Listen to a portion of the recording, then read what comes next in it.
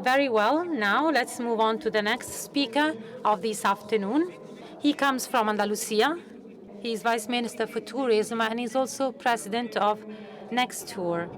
That is a think tank where they exchange ideas about sustainability and 2021 agenda's goals.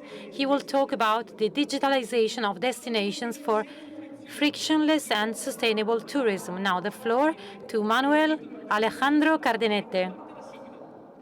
Please join us here on stage.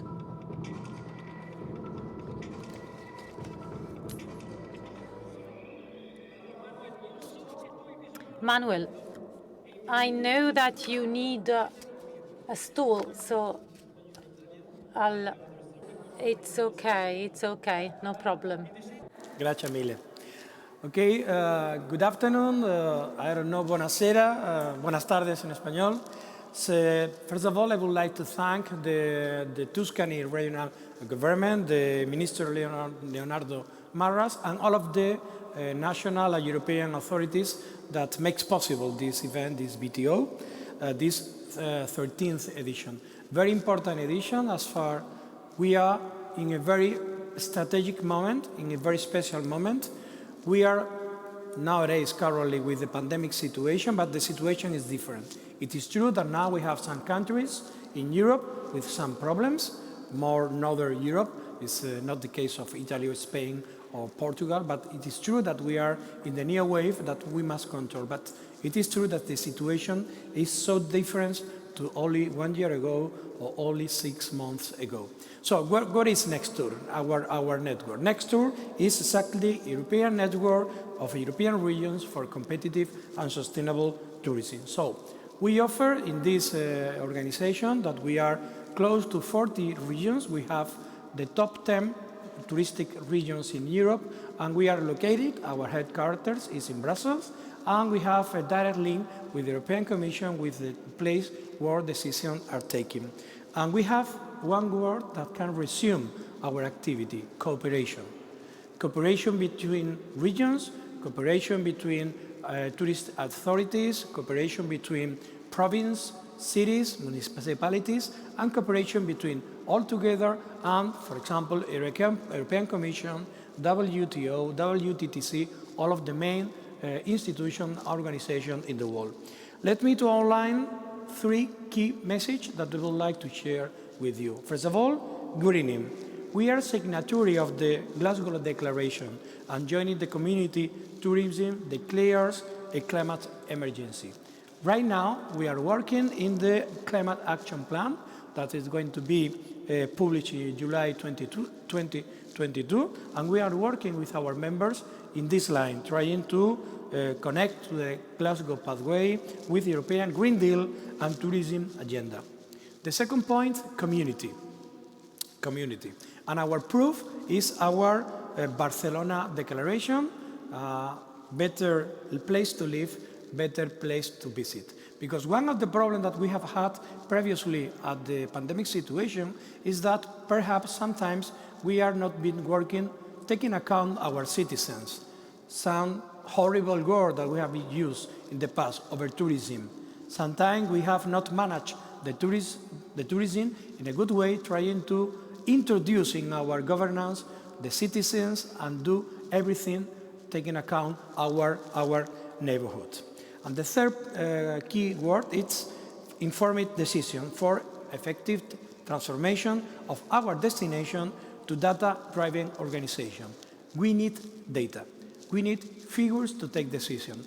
Last Monday, we had in Brussels the NAT Commission, is the Commission of the Committee of the Regions that I belong to, taking this debate with one of the Director General of the DG Grow, Valentina Superti.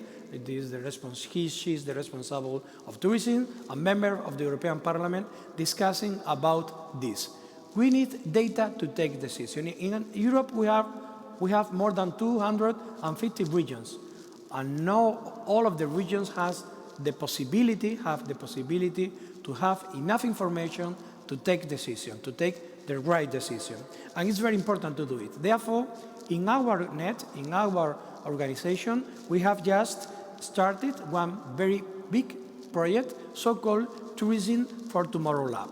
It's a lab where we are going to manage data to try to collect all information about all of the regions, to manage the data, and to give this data for our members to take decision, to do easier, to try to do this decision in a good way. I'm going to share with you one personal example. As Deputy Minister of Tourism, 1 month after the lockdown in March of 2020, my minister asked me to do a plan, a recovery plan for our sector, for tourism. And the first point that we needed to have on my team was to have data. We didn't know the real situation of our travel agents, tourist guides, etc., hotels, etc.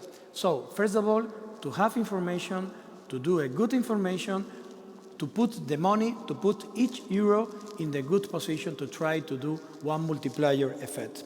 So let me, to finish, I are almost ending with 3 points summarizing our value proposition, that we would like to share with Toscana.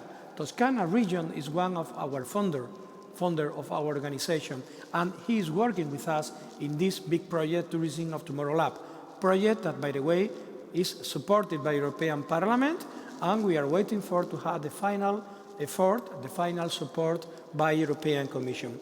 First of all, the Tourism of Tomorrow Lab is to support transformation for destination into data-oriented organization through the collaboration between public and private institutions. For instance, we have in our project, in the first steps, some private organizations as Amadeus, for example.